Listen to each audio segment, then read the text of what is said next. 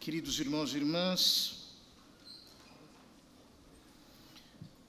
hoje nos reunimos para celebrar a morte da vida.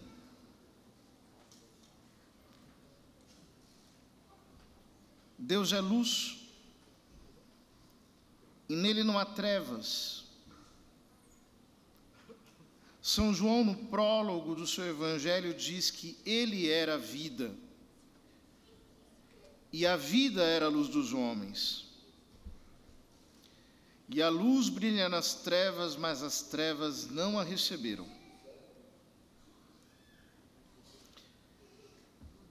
Por quê? Por que Deus se fez homem e morreu na cruz?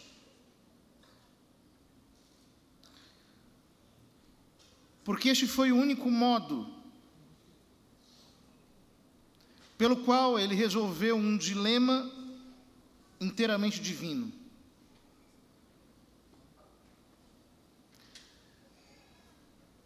Todos pecaram e estão privados da glória de Deus. Nós nascemos pecadores, moralmente precários, e a experiência do nosso nada, da nossa própria inclinação ao mal, do fato de que mais do que fazer pecado, nós somos pecadores, empareda Deus num dilema divino. A divina justiça diz que o pecador tem que morrer, tem que ser punido, tem que ser castigado. Mas a divina misericórdia diz que o pecador tem que ser perdoado, tem que ser absolvido, tem que ser amado. Ora, como Deus poderia ser misericordioso sem deixar de ser justo? E como poderia ele ser justo sem deixar de ser misericordioso?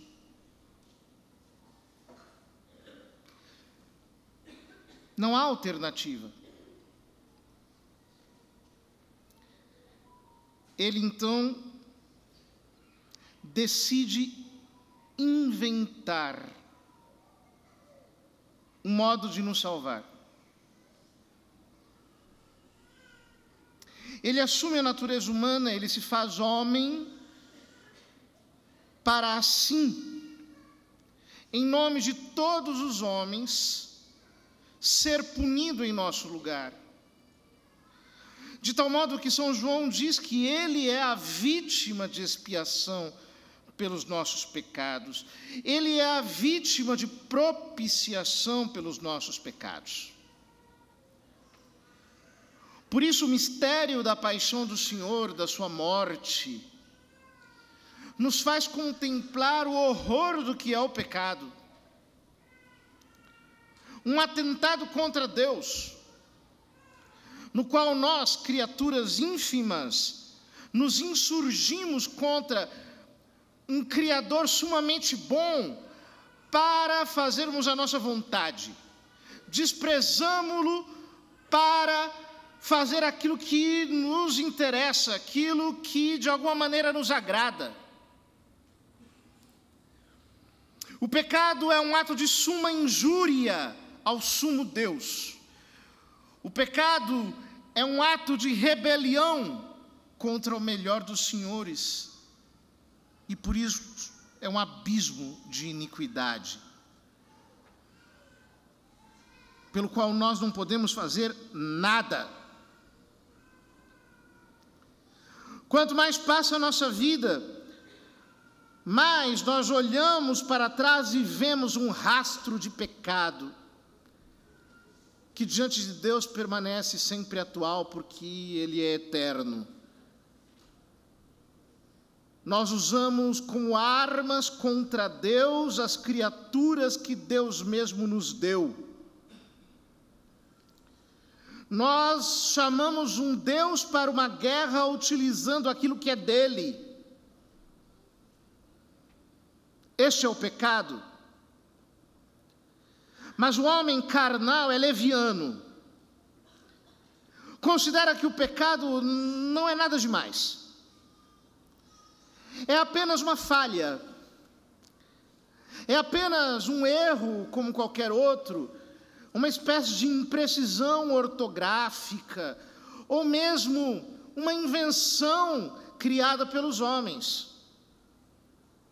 O homem animal de São Paulo não pode entender as coisas que são do Espírito, porque para ele parecem loucura, ou seja, ele encontra desculpas e justificativas para a sua perversidade. Mas diante da cruz, o pecado demonstra toda a sua perversidade. Ele é o maior mal que o homem pode fazer contra Deus. Ele é todo o mal que o homem pode fazer contra ele. E não há alternativa, porque o nosso problema fundamental é que Deus é santo. Ele não pode tolerar o nosso pecado. O autor da carta aos Hebreus diz que sem santidade ninguém pode ver o Senhor. Diz que o nosso Deus é um fogo consumidor.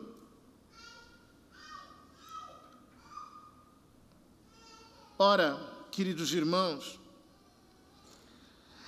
é então que o ofendido Deus, o infinitamente agravado Deus, resolve cumprir o ato da máxima misericórdia. Ele se faz homem. Ele assume a nossa natureza humana. Assumindo-a, Ele assumiu os nossos pecados. Ele, sendo justo e puro, como nunca houve nem haverá outro, tomou sobre si as nossas iniquidades, as nossas desobediências, as nossas transgressões, as nossas maldades, as nossas más escolhas. Ele as tomou sobre si.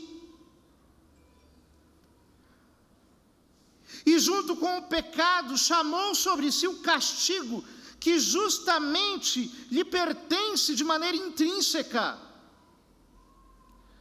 Porque o pecado excita a ira de Deus, provoca a cólera divina, exige uma justa reparação. Portanto, assumindo o pecado, Ele assumiu sobre si o castigo que nos traz a paz, para dizer com palavras do profeta Isaías: Ele tomou sobre si as nossas dores, Ele levou sobre si as nossas transgressões. O castigo que nos traz a paz estava sobre Ele, e pelas suas chagas nós fomos sarados. Esses dias eu ouvia um judeu dizendo que o Deus cristão não é misericordioso,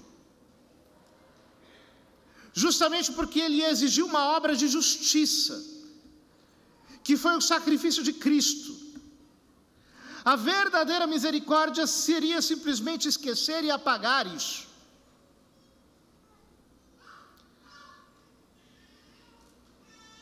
Como tem um coração duro, esse homem, a mente obcecada, porque Deus não pode fazer desacontecer nada que aconteceu. Cada pecado é um ato consumado, que comparece diante do olhar divino como um protesto permanente. É um abuso não apenas da nossa liberdade, mas da criação mesma de Deus, a começar do espaço e do tempo. Não é possível retroceder para o nada.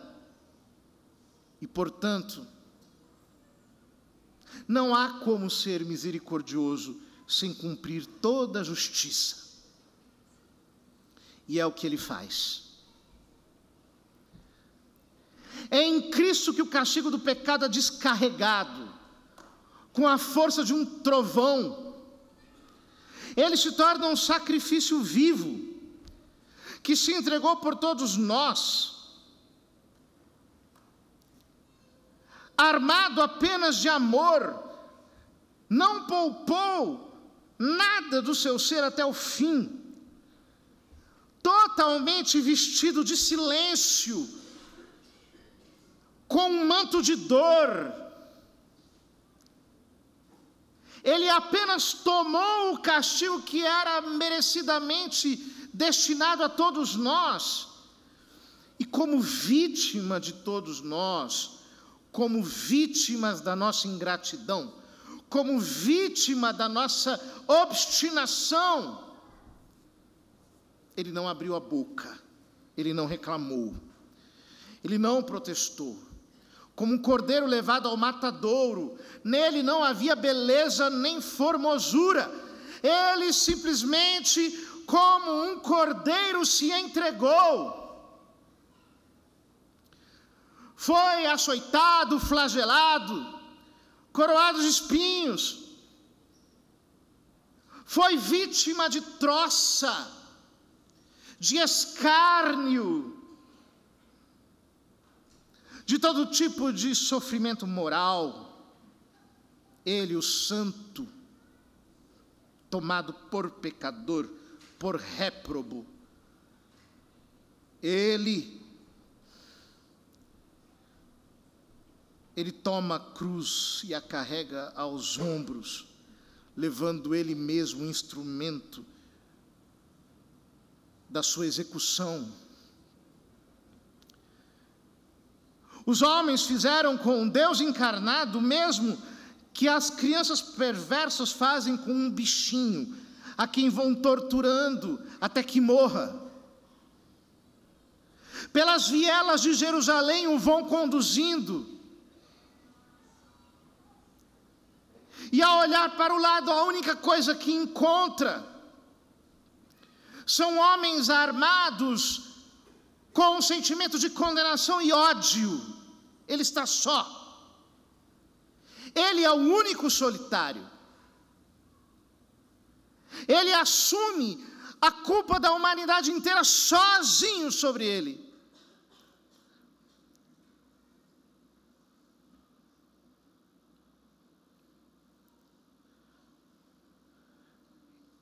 Nas marteladas dos pregos, sobre as suas mãos e os seus pés, no erguimento dele, no alto do Calvário, esvaindo sangue, até morrer, ele assumiu o teu lugar.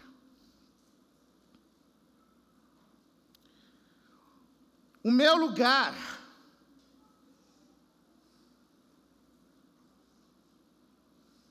A mim que vou acumulando pecado sobre pecado ao longo dessa vida. E nós cristãos ainda temos a graça de podermos lutar contra o pecado e de entendermos que é necessário combatê-lo. Mas os homens da nossa geração bebem o pecado como água. transgridem a lei de Deus com a consciência adormecida, como se fossem eles mesmos isentos de toda culpabilidade, como se tivessem um salvo-conduto de fazerem o que querem e passarem impunes. E o nosso bom Redentor morreu. Ele morreu. O Deus encarnado morreu no alto da cruz.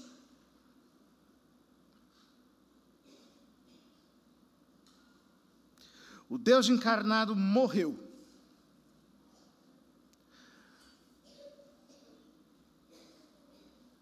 E nos diz São Paulo, Deus encerrou a todos debaixo do pecado, para com todos usar de misericórdia.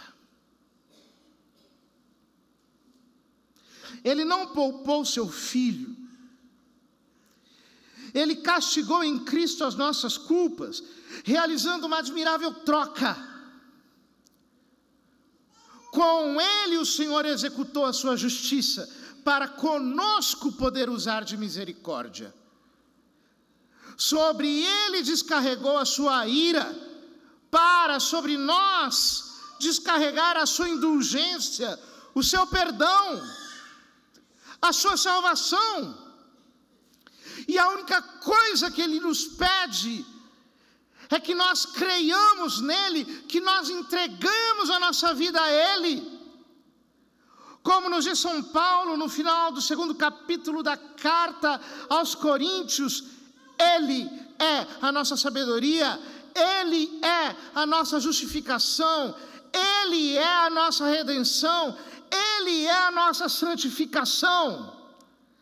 A única coisa que você e eu temos que fazer é crer nele com todo o nosso coração, porque quando nós depositamos a nossa fé em Jesus Cristo crucificado, Deus deposita em nós a sua graça, pela qual Ele nos limpa do pecado, Ele nos lava de todas as nossas misérias. Mas o que o homem pecador faz?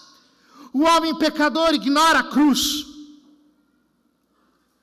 O homem pecador quer cancelar a cruz do seu horizonte.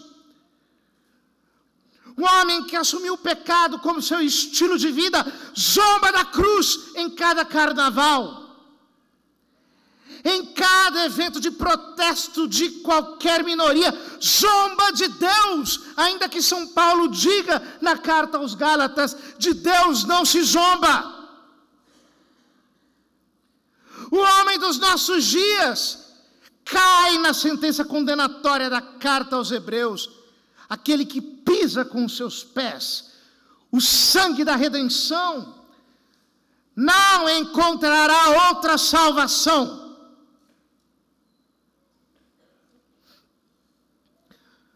O homem dos nossos dias despreza Jesus Cristo, vira os rostos ao Senhor.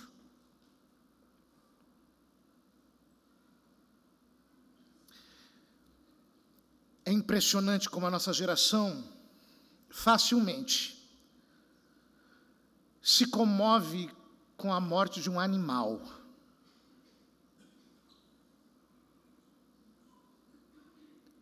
Mas é fria e apática diante da cruz de Jesus Cristo. Um Deus torturado, dissanguado, exangue, por amor a todos nós. O que nós vamos fazer? Continuaremos a nossa vida vivendo como se Jesus Cristo não tivesse morrido na cruz por nós? Viveremos de costas para o Calvário como se nós pudéssemos andar tranquilamente, como se Deus não existisse, como se tudo isso aqui fosse apenas matéria, Como viveremos? Viveremos deixando de lado a nossa copiosa redenção, redenção comprada por Cristo a preço de sangue? Sim, porque para nós é gratuito, para Ele custou tudo. Para nós é dado de graça, apenas exigindo-se para isso a fé, mas não uma fé morta, uma fé que se traduz em obras, que se traduz no reconhecimento de que é pelo sacrifício de Cristo que somos salvos. Mas para Ele custou tudo, custou a morte. Custou a morte de ver a sua mãe morrendo aos pés da cruz. Uma morte mística, um martírio mais terrível do que de todos os mártires, dada a sublimidade da sua caridade incomensurável. Para Ele custou tudo.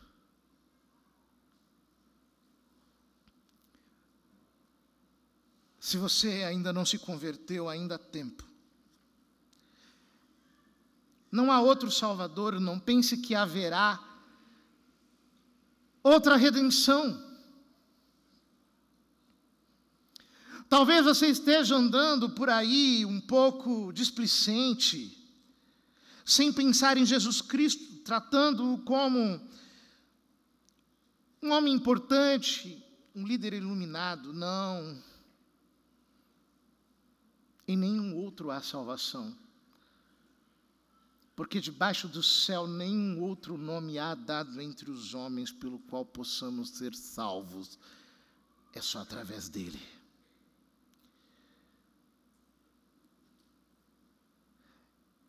Deixa o Salvador te ajudar.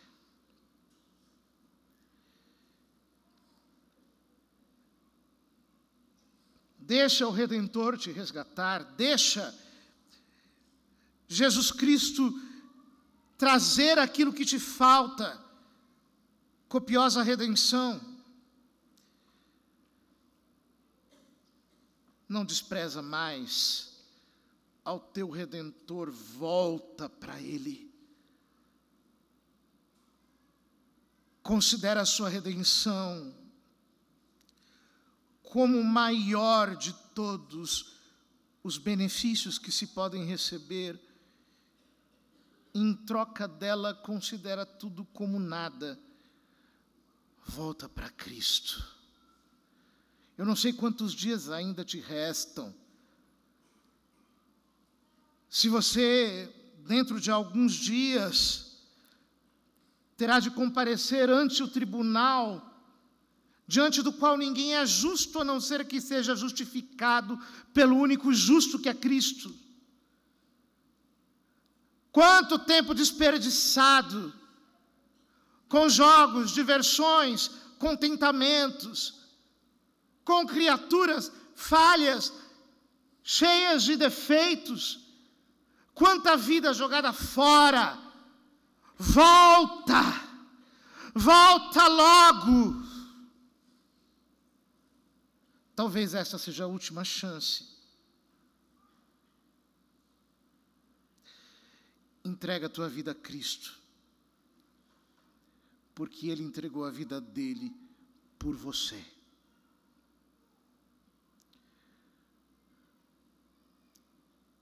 Eu vos anuncio Cristo, e Cristo crucificado, escândalo para os judeus, insensatez para os pagãos, mas para os que se salvam, sabedoria de Deus.